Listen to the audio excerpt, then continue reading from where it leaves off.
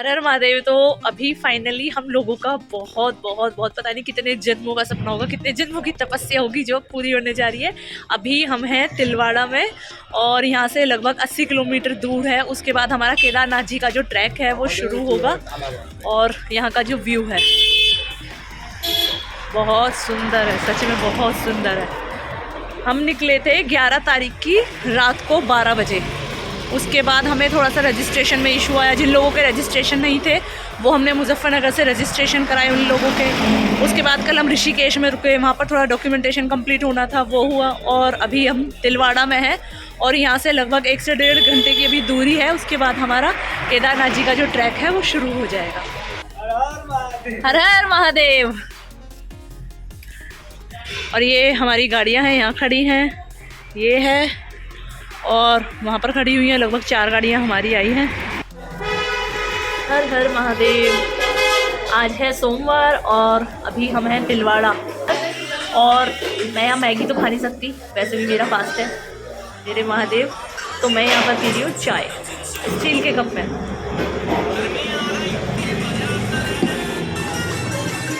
मीठा बहुत है। मेरी आवाज़ आई होगी तो मैं लेने जल्दी, कोई बात नहीं। मीठा बहुत है, बाकी चाय अच्छी है। और इसके आगे की जो वीडियो है यहाँ पर दूंगी मैं वॉइस ओवर, क्योंकि हमारी गाड़ी यहाँ पर चलने के लिए हो गई है तैयार। और हमारी गाड़ी में अभी बहुत प्यारे प्यारे भजन बज रहे हैं। और अगर मैं इनको ऑन करती हूँ तो यहाँ पर आ जाएगा कॉपीराइट क्लेम, जो कि मैं बिल्कुल नहीं चाहती हूँ। तो यहाँ पर आगे की जो वीडियो है वो मैं आपको यहाँ पर बताती रहूँगी, साथ में आप व्यू देखते रहिए। मैंने अपनी पूरी वीडियो में कहीं पर भी कोई कट एडिट इसलिए नहीं किया है क्योंकि मेरी जो पूरी यात्रा है, पूरा सफ़र है, मैं चाहती हूँ मेरे साथ साथ आप लोगों के लिए भी यादगार हो। दिखना चाहिए कि हमने जब ये सफ़र शुरू किया था, यात्रा शुरू की थी, तो शुरू से लेकर वापस आने तक क्या व्यूज़ थे, सारी चीज़ें मैंने यहाँ पर दिखाई हैं। चाहती तो मैं इनको कट कर देती, बट मैंने नहीं किया क्योंकि ये मेरे लिए भी बहुत बहुत प्यारी मेमोरीज़ हैं, तो इसलिए मैंने यहाँ पर रखी है। पहाड़ों से ज़्यादा सुकून ना मुझे नहीं लगता दुनिया में कहीं पर भी है। पहाड़ों में आप कहीं पर भी चले जाओ, पहाड़ों से ज़्यादा शांति कहीं पर नहीं मिलेगी मन को। और मतलब ऑटोमेटिकली इतनी शांति मिलती है ना जब आप पहाड़ों में चले जाते हो। और मैं तो ना जैसे अमरनाथ जी यात्रा पर जाती हूँ, केदारनाथ जी यात्रा पर मैं पहली बार आई हूँ, और अमरनाथ जी की यात्रा पर तो बाबा के आशीर्वाद से हर साल जाने का सौभाग्य मिल रहा है। और मेरा अमरनाथ जी का जो व्लॉग है वो भी आपको बहुत जल्दी देखने के लिए मिलेगा, क्योंकि इस बार मैं अकेली नहीं जा रही हूँ, मेरे साथ और भी बहुत सारे लोग हैं जो कि मेरे परिवार से जा रहे हैं। तो वो व्लॉग भी आपको देखने के लिए मिलेगा। सबसे पहले आप सब लोगों से रिक्वेस्ट है, अगर चैनल को सब्सक्राइब नहीं किया है तो प्लीज़ चैनल को सब्सक्राइब कर लो। और यहाँ पर अभी हमारी जो यात्रा शुरू हुई थी, इसके बाद हम लोग आगे देखने वाले थे संगम। हम लोग संगम देखने के लिए बहुत एक्साइटेड थे, बट आगे क्या हुआ वो आप देखना, हमने संगम कैसे देखा। तो यहाँ पर जब जा रहे थे ना, साइडों में पहाड़, हरियाली, इतनी पॉजिटिव वाइब्स आ रही थी। आप पहाड़ों में जब जाते हो ना, मुझे लगता ही नहीं है कि वहाँ पर आपको कोई निगेटिव वाइब आ सकती है। पहाड़ों में जाओ, सिर्फ आपको पॉजिटिविटी फील होगी।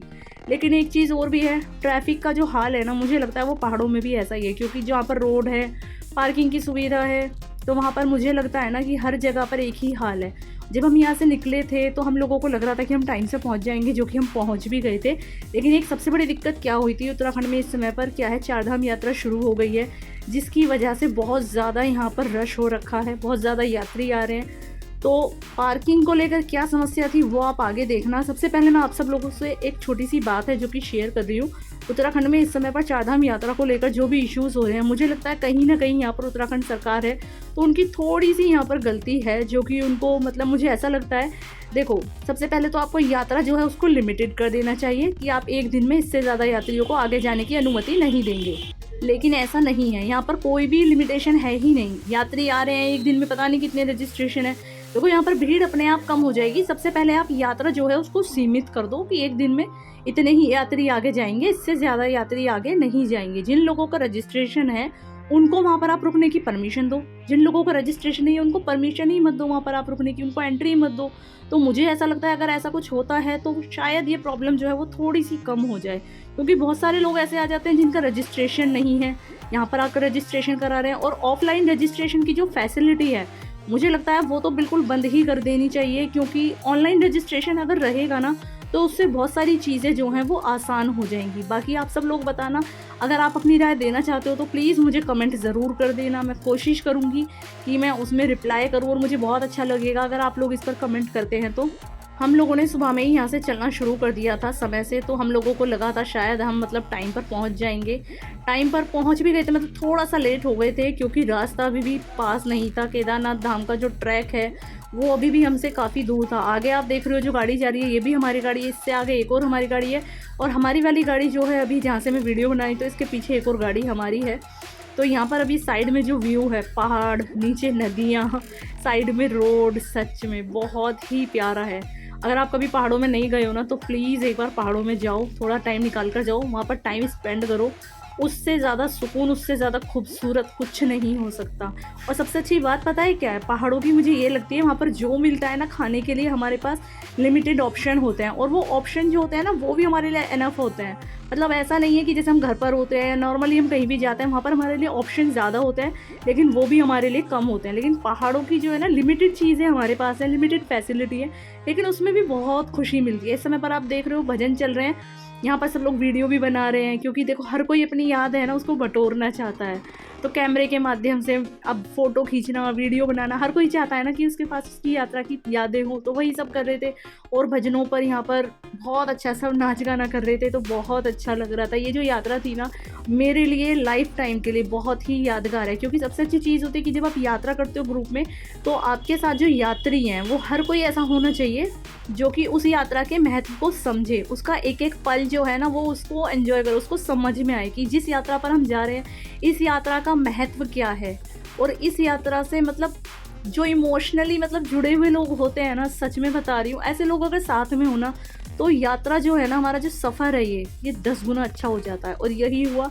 सबसे अच्छी चीज़ मुझे ये लगी क्योंकि हमारे साथ जो हमारा 20 लोगों का ग्रुप था, और 20 में से मैं नहीं बोल सकती कि एक बंदा भी ऐसा था जो कि मतलब थोड़ा सा कम एक्साइटेड हो।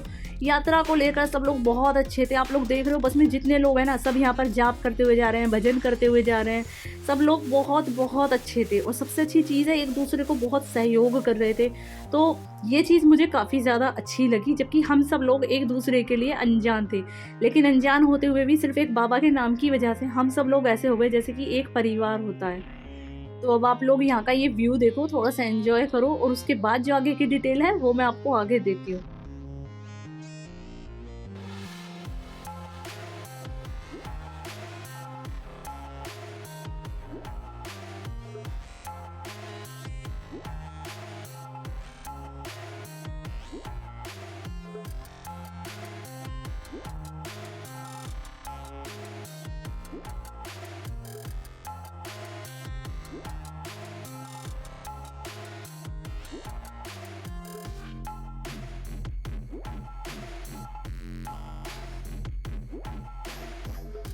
बहुत देर हो गई चलते चलते, तो अभी देखो मैं आपको दिखाती हूँ।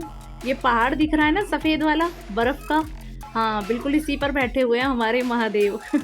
वो कहते हैं ना कि वहाँ बैठे हैं हमारे महादेव, सच में ही यहाँ पर बैठे हुए हैं महादेव। ये देखने में जितना पास लग रहा है ना, है नहीं इतना पास, बहुत दूर है, बहुत दूर, और बहुत ही ज़्यादा तपस्या करनी पड़ती है यहाँ तक पहुँचने के लिए।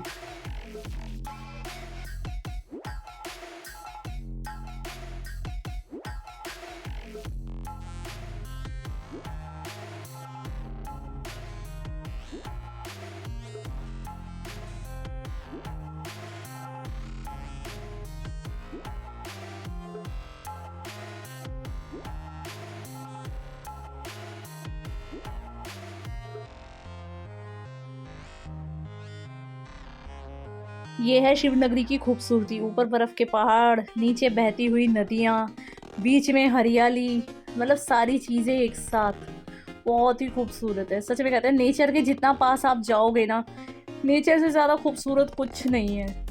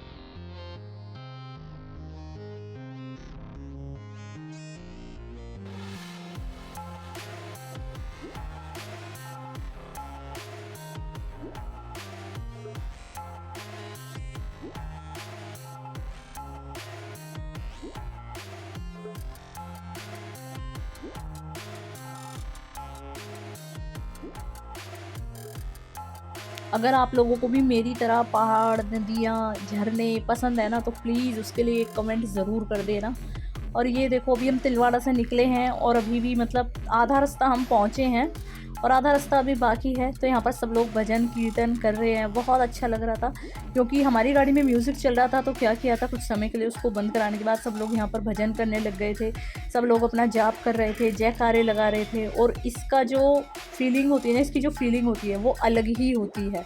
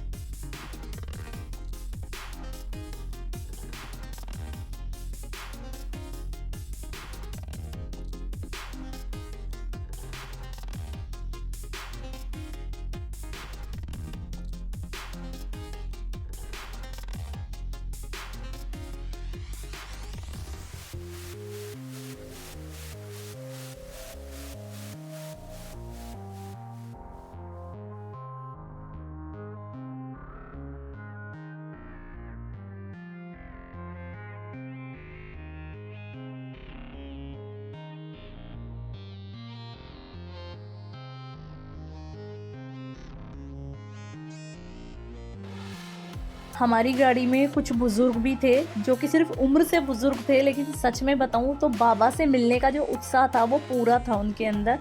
तो ये एक आंटी थी, वैसे तो काफ़ी एज्ड थी, 60 प्लस थी, आई थिंक 65 प्लस थी, ये इन्होंने अपनी एज बताई थी।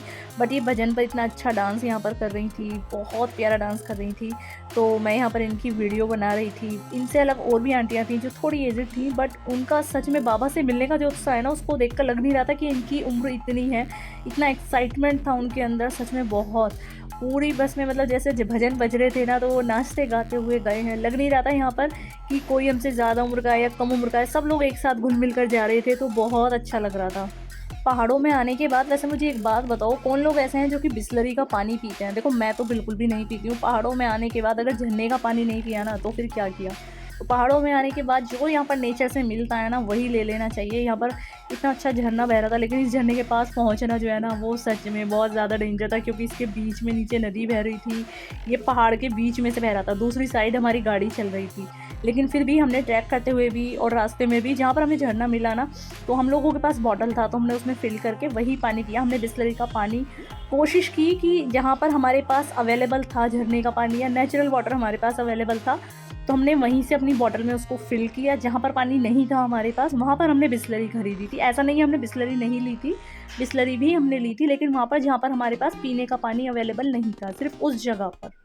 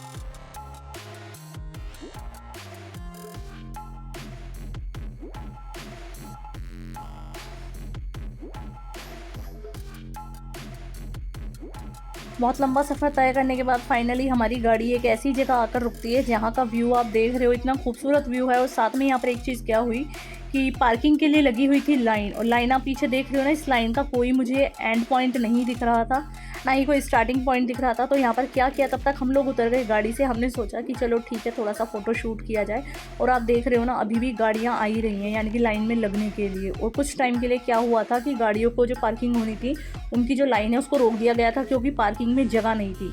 तो गवर्नमेंट ने क्या किया कि ऑन रोड साइड में गाड़ियों को पार्क कराया, क्योंकि पार्किंग में आप देखोगे ना, मैं आगे आपको दिखाऊंगी, साइकिल तक खड़ी होने की जगह नहीं थी, इतनी गाड़ियाँ आ रखी हैं। पार्किंग इतनी बड़ी है लेकिन हद से ज़्यादा गाड़ियाँ वहाँ पर खड़ी हुई हैं, स्पेस ही नहीं है। तो गवर्नमेंट भी क्या करे, उन्होंने क्या किया, रोड के साइड में यहाँ पर पार्किंग कर दी कि आप साइड में लगाते जाओ। तो पार्किंग ऐसे ही करनी शुरू कर दी थी। तो हम लोग यहाँ पर उतर गए थे गाड़ी से, और उसके बाद हम लोगों ने यहाँ पर थोड़ा सा फ़ोटो शूट किया। जो सब लोग थे यहाँ पर फ़ोटो शूट कर रहे थे। और उसके बाद हम लोगों ने सोचा कि चलो ठीक है, थोड़ा हम चलकर देख लेते हैं कि पार्किंग कहाँ तक है। लेकिन हमें यहाँ पर पता चला कि ये जो पार्किंग है बहुत ज़्यादा आगे तक है। तो थोड़े टाइम के लिए तो हम चले, और उसके बाद हम वापस से आकर बैठ जाते हैं अपनी गाड़ी में। और यहाँ का जो मौसम है ना, उसके बारे में तो क्या ही कहूँ, मतलब गर्मी भी लग रही थी, सर्दी भी लग रही थी। और जैसे ही हमने सड़क पर चलना शुरू करा ना, क्योंकि मैंने जूता चप्पल नहीं पहना हुआ था, बस मेरी खुशी थी, मेरी कोई मन्नत नहीं थी। क्योंकि जब मैं यात्रा कर रही थी, बहुत सारे लोग बोल रहे थे कि नंगे पैर यात्रा वही करते हैं जिनकी कोई मन्नत पूरी हो जाती है। महादेव से मिलने से बड़ी मन्नत क्या हो सकती है, मेरे लिए तो वही सबसे बड़ी मन्नत है मेरी। तो महादेव से मिलने की जो खुशी है ना, उसके लिए तो मैं कुछ भी कर सकती हूँ। तो फिर इस वजह से मैं यहाँ पर अपना नंगे पैर गई हुई थी। वो मेरी खुशी थी, मेरी मर्ज़ी थी, बस मेरा प्यार है मेरे बाबा के लिए। तो यहाँ पर सड़क जो है थोड़ा सा गर्म थी, ऊपर से ठंडी लग रही थी, क्योंकि धूप बहुत ज़्यादा थी। तो हम लोग यहाँ पर गाड़ी से उतरने के बाद काफ़ी दूर तक पैदल चले। और ये है पार्किंग की कंडीशन। अब आप सोचो, यहाँ पर अगर आपको जगह दिख रही है पार्किंग में गाड़ी लगाने की, तो आप खुद सोचो कहाँ लगाओगे। और ये सिर्फ नीचे की है, इसके ऊपर और भी पार्किंग है। ये देखो, यहाँ पर साइड में आप देख रहे हो ना, ये पूरी बिल्डिंग है, यहाँ पर ऊपर नीचे सारे में गाड़ियाँ पार्क हैं, कहीं पर जगह ही नहीं है। तो गवर्नमेंट भी क्या करे, तो गवर्नमेंट ने लास्ट ऑप्शन यही सोचा, रोड के साइड में जो है वो पार्किंग कराना शुरू कर देते हैं। सबसे पहली चीज़ है कि यहाँ पर इन चीज़ों पर अगर रोक लग जाए कि लिमिटेड यात्रा हो जाए, और साथ में जो गाड़ियाँ हैं, ये सारी चीज़ें हैं, इनका जो परमिट है उससे पहले अगर इनको एंट्री ही ना मिले, तो ये सारी जो दिक्कतें आ रही हैं, मुझे नहीं लगता ये सारी दिक्कतें आएंगी। क्योंकि जिसकी यात्रा है, जिसकी डेट है, उसको आप एंट्री दीजिए उत्तराखंड में। बाकी जिनकी डेट नहीं है यात्रा की, उनको आप एंट्री मत दीजिए। कम से कम परमिट पर ये तो चेक करना चाहिए कि उनकी यात्रा डेट है क्या, बट कोई चेक ही नहीं करता है। हम लोगों ने क्या किया, हम लोगों ने यहाँ पर पैदल चलना शुरू कर दिया, क्योंकि यहाँ से थोड़ी दूर चलने के बाद ही हमें पहुँचना था गौरीकुंड। लेकिन गौरीकुंड तक पहुँचने के लिए हमें चाहिए थी टैक्सी। सरकारी टैक्सी की जो कंडीशन है ना, बैठने के लिए जगह होती है 10 जनों की, लेकिन उस 10 जनों की जगह में आप यकीन करोगे 20-20 लोग बैठते हैं, एक के ऊपर एक बैठ रहे हैं। इस तरीके से मतलब वहाँ पर हो रहा था। ऊपर से वो लोग आधे रास्ते से छोड़कर वापस आ रहे हैं। टैक्सी में बैठने के लिए किराया तो 50 रुपये है, लेकिन इतनी धक्का मुश्किल और इतना ज़्यादा स्कैम हो रहा है वहाँ पर कि आपको वो बिठाएंगे और आधे रास्ते से छोड़कर आपको वापस आ जाएंगे, कहेंगे कि आगे जाने नहीं दे रहे हैं, या कुछ भी इशू बता देंगे। और मैंने खुद यहाँ पर अपने कानों से एक चीज़ सुनी कि यहाँ पर जो पुलिस वाले थे, उत्तराखंड पुलिस जो थी, वो मतलब खुद उस चीज़ को बोल रहे हैं कि इनको गौरीकुंड से 2 किलोमीटर पहले छोड़कर आ जाओ। आप लोग ये सोचो, अगर आप किराया पूरा ले रहे हो, आप सोचो इतनी दूर से लोग आ रहे हैं, थके आ रहे हैं, टैक्सी की सहायता वो तभी ले रहे हैं ना क्योंकि आगे का जो रास्ता है वो थोड़ा कठिन है। पूरा पैसा लेने के बाद भी आप उनको आधे रास्ते छोड़कर आ रहे हो, तो क्या ये चीज़ सही है? बहुत ज़्यादा गलत है, ऐसा नहीं करना चाहिए। और सबसे गंदा तब लगता है जब कानून खुद इन चीज़ों को यहाँ पर सपोर्ट करता है, तो इन चीज़ों को देखकर बहुत ज़्यादा दुख होता है, बहुत ज़्यादा। लेकिन क्या कर सकते हैं, किसी को कोई सुधार नहीं सकता है ना, अपने आप को ही कह सकते हैं। अगर उस टाइम पर मेरे पास मोबाइल अवेलेबल होता ना, तो जो कॉन्वर्सेशन हो रही थी पुलिस के बीच में, एक पुलिस ऑफिसर थे उनके बीच में और एक ड्राइवर के बीच में कॉन्वर्सेशन हो रही थी। वो बोल रहे थे कि 2 किलोमीटर गौरीकुंड से 2 किलोमीटर पहले छोड़कर वापस आ जाना। अगर उस टाइम पर मेरे पास मोबाइल होता तो डेफिनेटली मैं उनकी वो कॉन्वर्सेशन जो है ना उसको ज़रूर रिकॉर्ड करती, ताकि उन लोगों को पता चले कि वो क्या कर रहे हैं। अगर कोई गलत कर रहा है तो उसको गलत करने से रोको, लेकिन आप तो खुद गलत चीज़ को बढ़ावा दे रहे हो, कोई आपको क्या कहेगा। आ जाओ आ जाओ, होना चाहिए तो आदम आया यहाँ पे।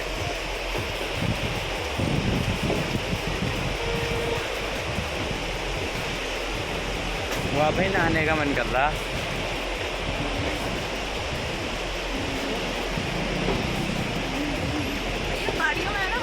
गौरीकुंड से लगभग 2-2.5 किलोमीटर पहले हमें उतार दिया गया था। उससे पहले हम लोग बैठ गए थे टैक्सी में। बहुत ही धक्का मुक्की करने के बाद नंबर आया था टैक्सी में बैठने का। इतनी खुशी हो रही थी कि चलो फाइनली अपना ट्रैक शुरू करेंगे। लेकिन यहाँ पर टैक्सी वालों का जो स्कैम है ना, इसको देखकर सच में बहुत गुस्सा आ रहा था। लेकिन बस बाबा का नाम लेकर उस गुस्से को कंट्रोल कर लिया, क्योंकि एक हो तो बोले। सो ये टैक्सियाँ हैं, जितनी टैक्सियाँ हैं सब लोग यही कर रहे हैं। इन लोगों को तो समझ में आता नहीं है कि भगवान सब देख रहे हैं। वो ना सारी चीज़ें जो देख रहे हैं कहीं ना कहीं ज़रूर निकलती है जो आप दूसरों को धोखा दे रहे हो, पर इन लोगों को कुछ नहीं कहा जा सकता है। टैक्सी स्टैंड है यहाँ पर, आप देखो सबसे पहले कोई लाइन नहीं है, कुछ नहीं है, धक्का मुक्की करके लोग चढ़ रहे हैं। ये चीज़ गलत है। लाइन तो लगाएं, कम से कम लाइन लगाकर तब चढ़ो यहाँ पर। आप ऐसा नहीं हो रहा है, एक दूसरे को धक्का दे रहे हैं। ना तो ये देख रहे हैं कि कोई महिला है या पुरुष है या बच्चा है किसी के साथ में, एक दूसरे को धक्का दे रहे हैं। चाहे किसी को चोट लग जाए, कोई घायल हो जाए, कोई दुर्घटना हो जाए, लोगों को मतलब ये सोचना चाहिए कि आप यात्रा पर आ रहे हो, आप क्या कर रहे हो, पर किसी को कोई मतलब ही नहीं है। लगभग 2.5 किलोमीटर पहले जब हमने देखा यहाँ पर काफ़ी लंबी लाइन लगी हुई थी गाड़ियों की, हम लोग टैक्सी से उतर गए और हम लोगों ने सोचा कि हम अब गौरीकुंड तक पैदल ही जाएंगे। यहाँ पर आप लाइन देख लो, ये सारी टैक्सी थी। तो टैक्सी वाले जो भैया उन्होंने कहा जैसे ही लाइन खुलेगी हम लोग आपको देखकर बिठा लेंगे। लेकिन क्या हुआ, जैसे ही लाइन खुली फटाफट से सारी गाड़ियाँ निकलनी शुरू हो गई। उन्होंने हमें देखा भी होगा तो उन्होंने हमें बिठाया नहीं। तो हमने यहाँ पर क्या किया कि हम लोगों ने खुद ही पैदल चलना शुरू कर दिया और गौरीकुंड तक हम लोग खुद पैदल चल कर गए हैं।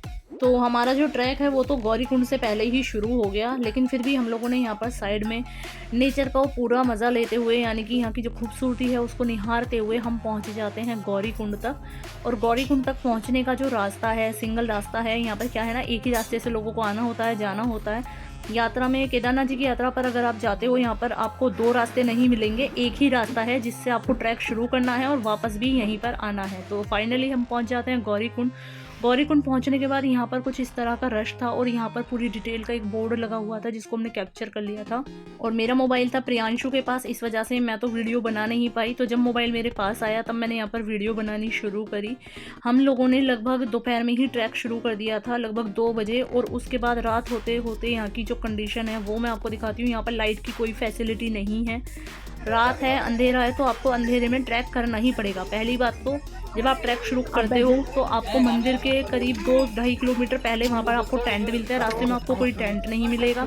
दूसरी चीज़, जैसे कि यहाँ पर पैदल यात्रा भी हो रही है, आप लोग देख रहे हो साइड में खाई है और ये 1 वे है, इसी से जा रहे हैं लोग, आ भी रहे हैं, लाइट आ रहे हैं, कहीं आ रहे हैं, पालकी आ रही है और साथ में जो बास्केट वाले होते हैं वो भी आ रहे हैं इसी रास्ते से। तो सब एक दूसरे को धक्का मुक्की करके यहाँ पर पिट्ठू वालों का, खच्चर वालों का, इनका कोई भी ऐसा नहीं कोई रूल हो, बस धक्का मुक्की करते हुए आगे बढ़ जाते हैं, चाहे किसी को चोट ही लग जाए। 2 बजे से हमने चढ़ाई करनी शुरू करी थी और अभी 7:30 बज गए, रात हो गई और अभी भी हमारी चढ़ाई पूरी नहीं हुई है। यहाँ से अभी लगभग 7-8 किलोमीटर बाकी, यानी कि इतने घंटे में हम इतना ही चढ़ पाए। और जो केदारनाथ की चढ़ाई है ना, आसान नहीं है, बहुत बहुत मुश्किल है, पर कोई नहीं, बाबा साथ है, सब हो जाएगा। चलो, हमारे जितना हम ऊपर जाते जा रहे थे ना उतनी ज़्यादा यहाँ पर सर्दी बढ़ती जा रही थी। और उस सर्दी की वजह से सबसे पहले तो हम लोगों का गला जो है वो ख़राब हो गया, क्योंकि हम लोग यहाँ पर नेचुरल पानी जो है वही पी रहे थे। ठंडा काफ़ी ज़्यादा था, हद से ज़्यादा ठंडा। चिल्ड होता है, चिल्ड के ऊपर होता है ना कुछ, तो वो पानी खाए थे, तो वही पानी हम लोग यहाँ पर पी रहे थे। और ये है रात का व्यू, आप लोग देखो यहाँ पर रात में लाइट नीचे की तरफ है, जा रही है, आ रही है। अभी लाइट चली गई, अभी थोड़ी देर बाद फिर से लाइट आएगी। अंधेरे में लोग चल रहे हैं, यहाँ पर किसी के लिए कोई फैसिलिटी नहीं, लाइट लगी हो। अगर कोई चलते चलते खाई में गिर जाए तो वो गिर ही जाएगा, परमानेंट लाइट होनी चाहिए बचाने के लिए कोई नहीं। और सबसे बड़ी बात है, पूरी यात्रा के दौरान मुझे कहीं पर भी उत्तराखंड की तरफ से कोई भी पुलिस, कोई भी फोर्स नहीं दिखी। मेडिकल कैंप है, मेडिकल कैंप की ये है कि स्टार्ट हुआ था जब हमारा ट्रैक, जिनके पास लिमिटेड मेडिसिन थी, वो भी नाम मात्र के लिए। और उसके बाद जब हम भवन में पहुंचे, हम दर्शन के लिए लाइन में लगे हुए थे। एक मेडिकल कैंप मुझे वहाँ दिखता है, उसके अलावा पूरे रास्ते में, पूरे ट्रैक में उत्तराखंड सरकार की तरफ से कोई भी मेडिकल कैंप नहीं था। सबसे बड़ी गलती ये है, यहाँ पर लोगों को इतने हेल्थ इश्यूज़ होते हैं, तो कम से कम अगर लाइट नहीं है, वो सारी फैसिलिटी नहीं है, तो कम से कम लोगों की जान की तो फिक्र करो। किसी को कोई दिक्कत हो रही है तो उनके लिए जो मेडिसिन है वो तो अवेलेबल होनी चाहिए, लेकिन ऐसा कुछ नहीं होता। मेडिकल कैंप थे ही नहीं यहाँ पर। हमारे वाले दिखे ही रहा, हम वहाँ दिखे नहीं, एक गया वो भी निकल के। मैं, मेरा क्या है ना, मैं चलता रहता हूँ। हाँ, अच्छी गौरीकुंड यहाँ से क्या किलोमीटर है? अरे कहीं लिखा नहीं, फोन चल नहीं रहा, नेटवर्क आ नहीं रहे। हमारे नहीं आ रहे। आइडिया का है, भगा हुआ है। एयरटेल ही चल रहा है यहाँ पे। फोन में नेटवर्क नहीं है, गवर्नमेंट ने यहाँ लाइट नहीं दे रखी। हाँ, अब आगे से याद रखेंगे कि एयरटेल आइडिया है हमारे। देखो प्रियांशु को हम कॉल कर रहे हैं ना, तभी लग रहा था। उसका एयरटेल है ना। हाँ यार, उसका और चलना मेरे चाहिए। एयरटेल में रिचार्ज ही नहीं है। रात को 2:30 बजे हम लोग पहुंचते हैं अपने कैंप में, जो कि हमने अलग से अपने लिए बुक किया हुआ था। रात भर हमने यहाँ पर लगभग 2:30 बजे हम पहुंचे हैं। सुबह के 5 बजे तक हमने यहाँ पर रेस्ट किया, यानी कि लगभग 2:30 बजे। 5 बजे हम यहाँ पर उठ गए और सुबह उठने के बाद ये व्यू था सुबह के 5 बजे का।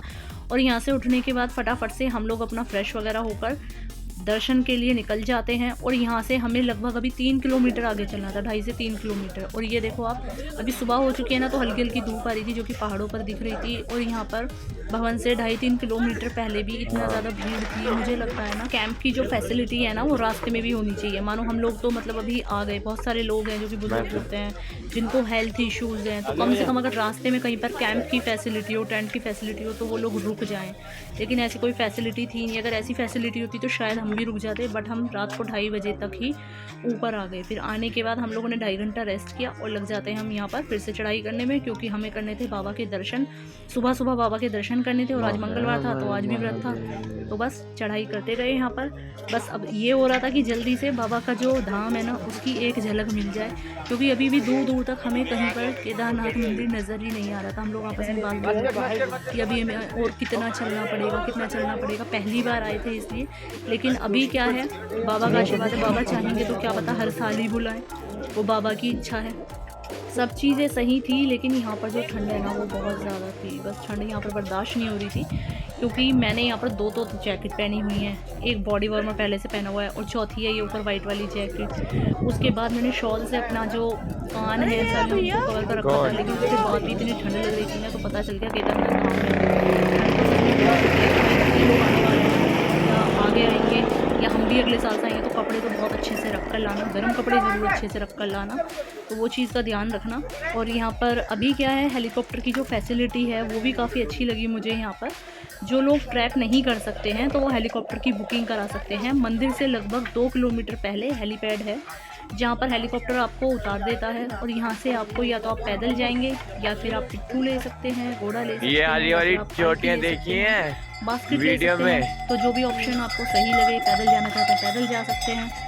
तो कम से कम 2 किलोमीटर मंदिर तक की का जो हाइट ट्रैक इतनी है, वो छोटी, तो यहाँ आपको से भी करना ही हाइट पड़ेगा। नहीं बाकी दिख जो रहा। ऑप्शन है आपके पास, उनमें से आप कोई चूज़ कर सकते हैं अगर आप पैदल नहीं जाना चाहते हो। हम लोग तो पैदल ही चल कर गए थे, लेकिन ये चीज़ काफ़ी सही लगी, क्योंकि बहुत सारे लोग हैं जो कि ट्रैक नहीं कर पाते हैं, तो उनके लिए हेलीकॉप्टर की जो फैसिलिटी है वो मुझे बेस्ट लगी। आप ऑनलाइन हेलीकॉप्टर की जो बुकिंग है अपनी, वो आप करा लो, और उसके बाद यहाँ से थोड़ा सा ट्रैक आपको करना पड़ेगा, तो बाबा के जो दर्शन है तो आराम से हो जाएंगे, उसमें कोई दिक्कत नहीं आएगी। तो चलो अब जल्दी जल्दी बस धाम की तरफ चलते हैं, क्योंकि बाबा के दर्शन की जो भूख है ना, वो बढ़ती जा रही है। तो जल्दी जल्दी धाम की तरफ बढ़ते हैं। यहाँ के जो व्यूज़ हैं वो मैं आपको दिखाती रहूँगी। यहाँ का जो रास्ता है, यात्री जा रहे हैं, आप देखोगे ना, छोटे छोटे बच्चे भी जा रहे हैं। मतलब यहाँ के लिए कोई भी एज लिमिट नहीं है। मैंने क्या देखा था रास्ते में, और अभी भी आप शायद आगे वीडियो में देखोगे, बहुत सारे लोग ऐसे थे जो कि छोटे बच्चों को, यानी कि जो बिल्कुल बेबी हैं, गोदी वाले कुछ ही महीने थे, उनको भी यहाँ पर लेकर आए। बहुत बुजुर्ग थे जो कि पैदल चल कर आए। तो ये चीज़ देखकर बहुत अच्छा लगता है कि मतलब भोलेनाथ की कृपा है। ये देखो रील बननी है दर्शन करने के लिए अपने छोटे छोटे बच्चों को गोदी में लेकर, वो चीज़ सही है। लेकिन फिर भी यहाँ पर एज लिमिट फोटो खींच रहा है, ये क्या बात है। मुझे लगता है एज लिमिट होना ज़रूरी है, क्योंकि जितना आप ऊपर आते जाते हैं ऑक्सीजन लेवल जो है वो थोड़ा सा कम हो जाता है। तो बच्चों बुजुर्गों के लिए यहाँ पर एक एज लिमिट होनी चाहिए। जैसे कि अगर आप अमरनाथ की यात्रा में जाओगे तो वहाँ पर 14 से 70 की एज लिमिट होती है। पता है सबको कि जितना ऊपर जाते जाएंगे ऑक्सीजन लेवल जो है वो कम होता जाएगा, जिससे कि उन लोगों को बहुत ज़्यादा दिक्कत होती है। तो मुझे लगता है यहाँ पर भी केदारनाथ धाम के लिए तो होनी चाहिए, बाकी जो जगह है उसके लिए मैं नहीं कहूँगी, क्योंकि मैं नहीं गई हूँ। तो यहाँ से फाइनली एक छोटी सी झलक हमें यहाँ पर दिखती है बाबा के धाम की, केदारनाथ मंदिर की एक छोटी सी झलक यहाँ से दिखती है, जिसके बाद सब लोगों का जो जयकारे लगाने का जो जोश है ना, वो फुल हाई लेवल पर होता है। तो जल्दी जल्दी चलते हैं अब मंदिर पूरी वहाँ तक मंदिर तक बनेगी। महादेव महादेव महादेव महादेव महादेव नीचे पहाड़ों में रहते हैं हमारे महादेव।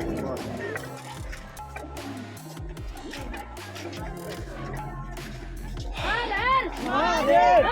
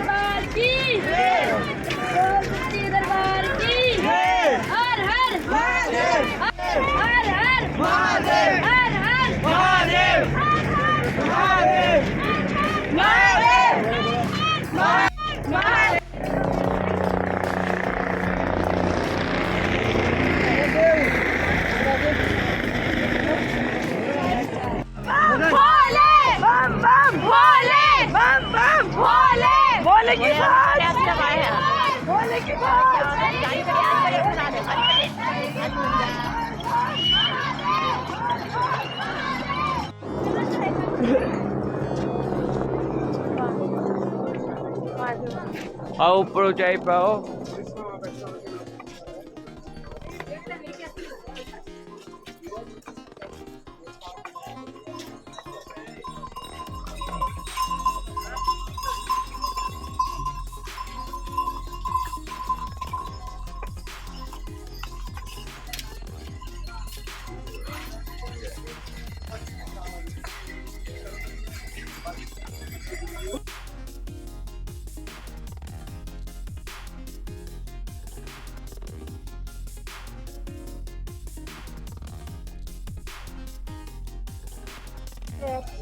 तो कोडाउन बोलो ना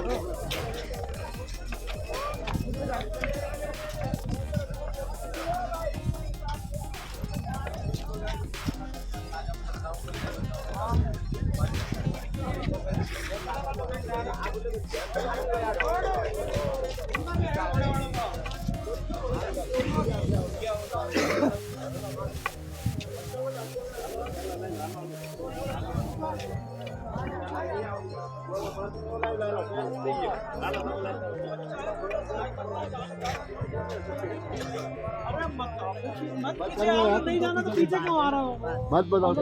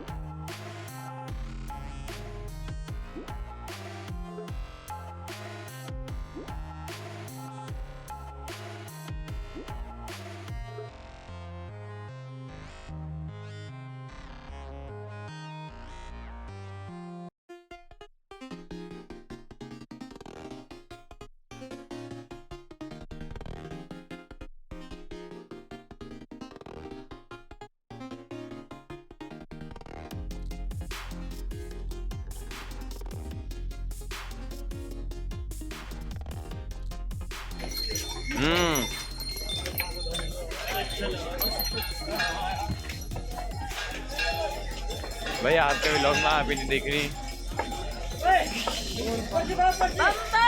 ओले एनर्जी नहीं है मेरे में। बोल बम बम बम बोल बम बम बम बोल बम बोलो बोल बम।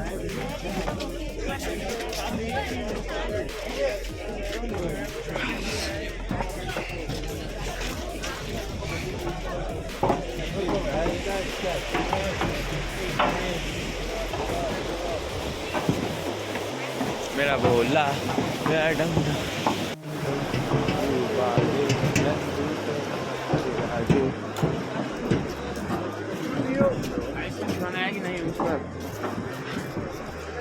ना आधुना वही है माला।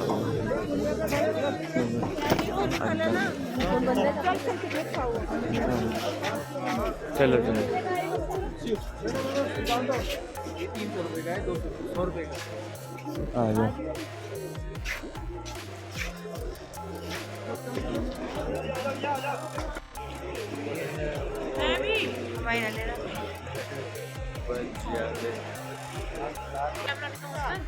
अभी लाइन की नहीं बनाओ दोनों तरह से।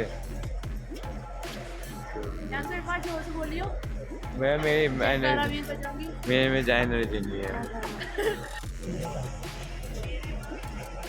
पहाड़। चलो तो घंटों का यहाँ पर ट्रैक करने के बाद, बहुत ज़्यादा इंतज़ार करने के बाद हम लोग आ जाते हैं यहाँ पर, फाइनली लग जाते हैं हम लाइन में, क्योंकि दर्शन के लिए लगी हुई थी लाइन, और ये लाइन लगभग रात के 2 बजे से ही शुरू हो जाती है।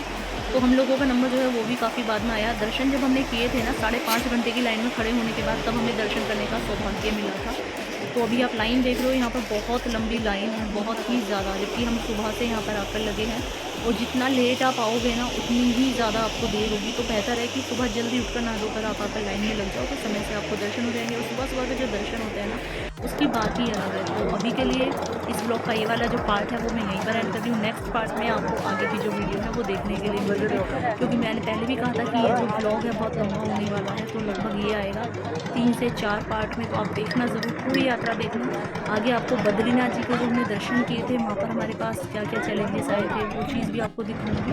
तो प्लीज़ ज़रूर देखना। अभी ये लाइन देख लो, आप केदारनाथ मंदिर जाने के लिए लाइन लगी है। तो आगे का जो ब्लॉग है वो आपको नेक्स्ट पार्ट में देखने के लिए मिलेगा। तो प्लीज़ अगर आपने चैनल को सब्सक्राइब नहीं किया है तो प्लीज़ चैनल को सब्सक्राइब कर दीजिएगा।